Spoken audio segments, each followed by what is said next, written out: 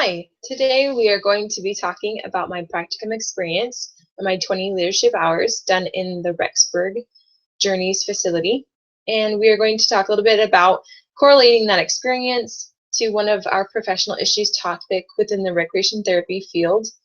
And the topic that I chose was multicultural diversity and competence. The reason why I chose it is it's very important for every recreational therapist within the healthcare field to understand how important it is that we are aware of multicultural diversities between our clients, and then we cater our programs and the way that we counsel or the way that we prescribe things, specifically the activities we prescribe, to them. Because if they aren't going to be a part of it or they're not going to learn, then there's going to be a problem. Part of the reason why this is so important as well is I'll share an experience. I have a friend of mine, her mother is a dietitian, and as a dietitian, she often gets questions from other dietitians and they talk together and so on. And one of the ladies who was her coworker came up to her and said, you know, I have a lady that I'm doing a diet for, and she's Mexican, and we keep trying all this stuff and it's not working. Like, stuff is not getting better. She's not losing the weight that she wants, and she's not overcoming the other diagnoses that she had. And so my friend's mom, who had worked previously with Mexican descent clients, had actually come to the woman and said, well, you know, I thought about what you said, and I'm wondering, have you talked to her about the tortillas? And she's like, what? I don't understand. And the mother, of course, of my friend said, well, here's the thing, is in Mexico, they view tortillas kind of like we view utensils or plates. They use them automatically to pick up food and put it in their mouth. So by not thinking about the tortillas, if she's not thinking about it either, and she's not writing that down in her diet book, how many she's actually having, she's probably having a lot of tortillas. She's overreaching her grains boundary, and it's causing her to not be able to lose the weight that she's expecting to lose. So this lady went back and she went and talked to her client, and it was just that. Her client was like, oh my goodness, I not even thought about it. I just, I totally wasn't even writing that down. And that solved the problem. And the whole idea behind this was that this lady came from a different multicultural background. And that required us as healthcare professionals to either understand that multicultural background or not be able to fully fulfill our purpose in helping with, for example, with them, dieting. For us, in another experience, it would be more focused on recreation, of course, because we're recreation therapists. So I will share a little bit about my practicum experience. As I spent time with these different clients, I've actually worked at the Rexburg facility for about 9 months now, actually on April 7th, I believe. And it has been a wonderful experience, honestly. But it's been really, really cool to do these leadership hours, because not only am I working as a developmental paraprofessional, but I'm also working as the coordinator and creator of the ADHS activities for at least 2 weeks of time. Now, these activities span from 11:30 until 3:30, which is when the majority of our clients are in the facility. We have about 56 different clients, and any of them can come based on if they receive coverage by Medicare or Medicaid.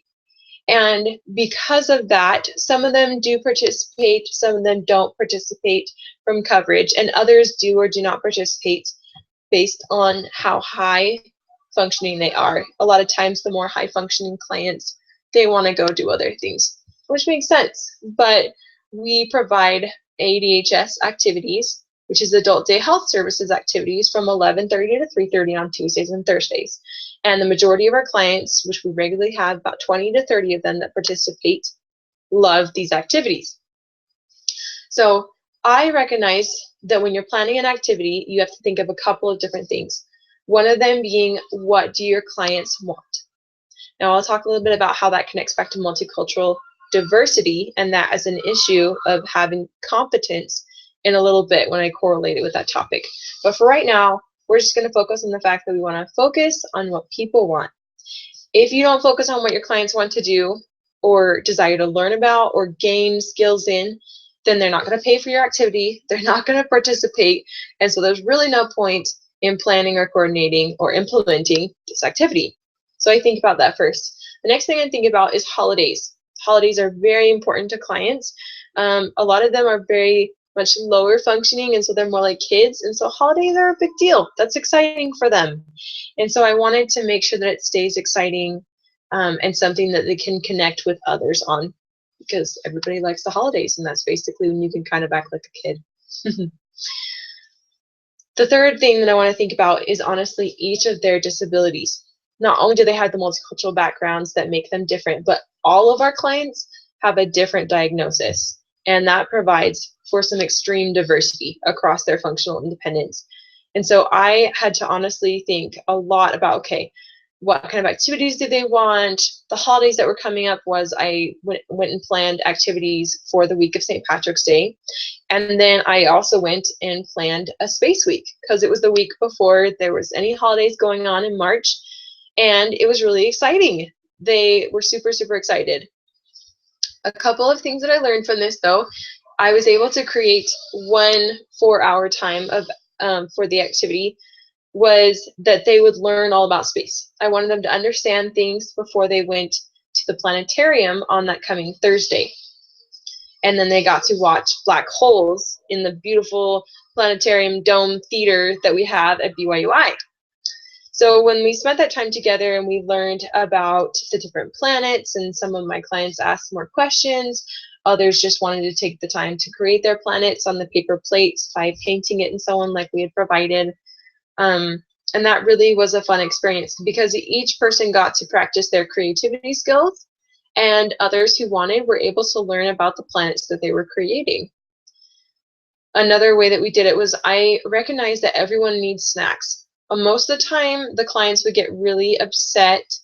The majority, some of them didn't want snacks, but the majority did. And so because of that, I had to think about food issues. And we have some of our clients who are just gluten intolerant. Some are gluten and dairy intolerant for reasons of basically if they eat those things, then their seizures go up, which we don't want to have happen in our facility. We're not afraid of taking care of those with seizures, but it's not something that we want to encourage or make happen regularly. And we also have somebody who has a problem with corn. And so I was trying to figure out what to do, because the last one is that some of our clients have problems with sugar, any type of sugar. So I was like, okay, gotta find something with no corn, no sugar, no dairy, no gluten. Let's think. So I came up with this really cool idea that I found a little bit online and then kind of tailored it to our clients, were these awesome rocket ships. And they were made with marshmallows and with fruit. And I got some time to take an hour before each activity. At least I spent a lot more time than that, but I take the hour before the activity from 10:30 to 11:30, or from 9:30 to 10:30 if I had clients at 10:30, to go to the store and buy the supplies and stay within the budget based on how many participants were going to come and how much money we had them pay for each activity. And so I spent that time doing that. And I even let some of my clients, when the need came and it was possible, be able to choose out some different stuff. And so that was fun for them, because then they got to help, so to speak, plan the activity a little bit. And when we made these rocket ships out of marshmallows and fruit, then those who couldn't have sugar were able to have as much fruit as they wanted still on their rocket ship.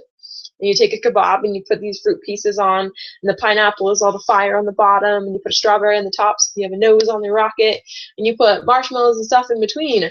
And they just loved it, and they were far more cooperative, far more willing to learn. It just worked out a lot better. So it's really important to know your clients and what some of them need and what some of them don't. So really that was what I learned about with Space Week. I also recognized that a lot of people really want to do the planetarium. And when we went on Thursday, some of them expressed to me quite openly that they didn't really enjoy it. And I was like, okay, well, that stinks. But the best part about that is that I can write that down. I can make sure that others know next time, hey, these are the clients that really aren't interested, or the majority of the clients for this activity just didn't really enjoy it as much as they thought they would. So even if they bring it up, maybe try and help them focus on something else, so that then that way they have an activity that they enjoy. So that's just something really good to do, is once you have an activity, learn from it and provide feedback. So it's easier for other people to understand the diversity of the clients they're dealing with. Something else to think about is on my St. Patrick's Day week, it worked out really well. We had a scavenger hunt on the second day, but we had to really work around some things. And the reason why was that we had planned to do it at Walmart because others had said like that was okay.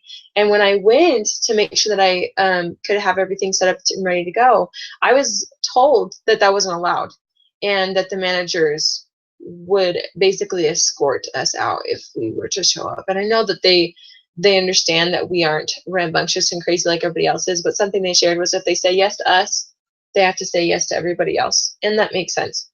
And so we talked about having this just be one of the spots that some of the clients come to pick up or buy something, and they said that was fine. And so it worked out really well. So we made the scavenger hunt instead with 3 teams, each in a different large 12-passenger van, or what we call the Beast, which is a great big bus set for specifically those who are disabled, and it can lift wheelchairs in and out of it. And by having these 3 different activities, people would then be sent on a scavenger hunt. Each of the scavenger hunts were slightly changed so that you didn't have too many clients at each different place. And so we had them go to the dollar store and follow the riddle and go to the park and learn about their resources and walk around so they could gain some exercise, and they had to count the benches along the way so they learned more about math. We had some of those in our group, well, some groups, all the groups, excuse me, but at different times went to Walmart and they had to choose out 5 green fruits and vegetables that they found there. So they're learning how to have better healthy eating. It was just really cool creating this so that it not only went along with what people wanted, what the holiday was, but then also what skills and independence they'll gain, because that's the point of these activities, is to help people learn something. So I'm going to connect this back to correlating with my professional issues topic.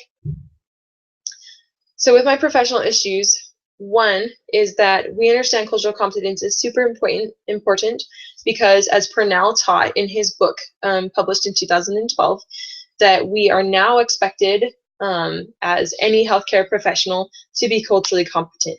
If we don't provide cultural competence, people have the right now and quite readily get upset with us. And so that's something that we need to meet and understand as a requirement in our profession. And so I understand that that means that in my area, working at Journeys, I needed to understand that. Otherwise, my clients and their legal guardians or parents would not be very happy with our services.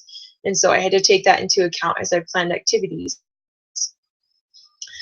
Another something to understand is that there was a study done by Blair and Coyle, and they went ahead and they started testing CTRSs to see just like how well they had cultural competence soon after finishing their coursework, honestly. The majority of those who were tested were female and between the ages of 20 and 29. And the cool part was that the majority of them showed a reasonable level of overall multicultural competence, which is awesome. It means that things are working despite the fact that the TR curriculum is not all on the same page. However, if we were, we could have not just moderate or reasonable levels of multicultural competence, we could have high levels, which is what we want to focus on. And so they also taught that we had a low aptitude for multicultural awareness, and we had a high aptitude for multicultural counseling. And so I thought about this study, and I realized that I easily could have these same weaknesses and strengths. And so I need to take this information and personally make goals that I will reassess my competence in multicultural diversity throughout my career, at least 4 times a year. It'd be best to do at least once a month. As I do that, then I'm able to more fully recognize, okay, this is something I need to work on, this is other stuff that I don't need to work on as much. Which actually brings me to the last study that I learned about, and that was done by Stone in 2003. He studied how CTRSs do at properly reporting how much multicultural awareness and competence, multicultural competence they have.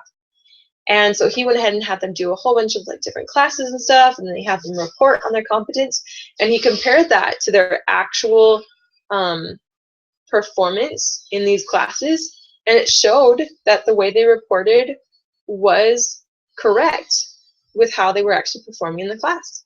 And so that tells me that I need to be regularly taking classes.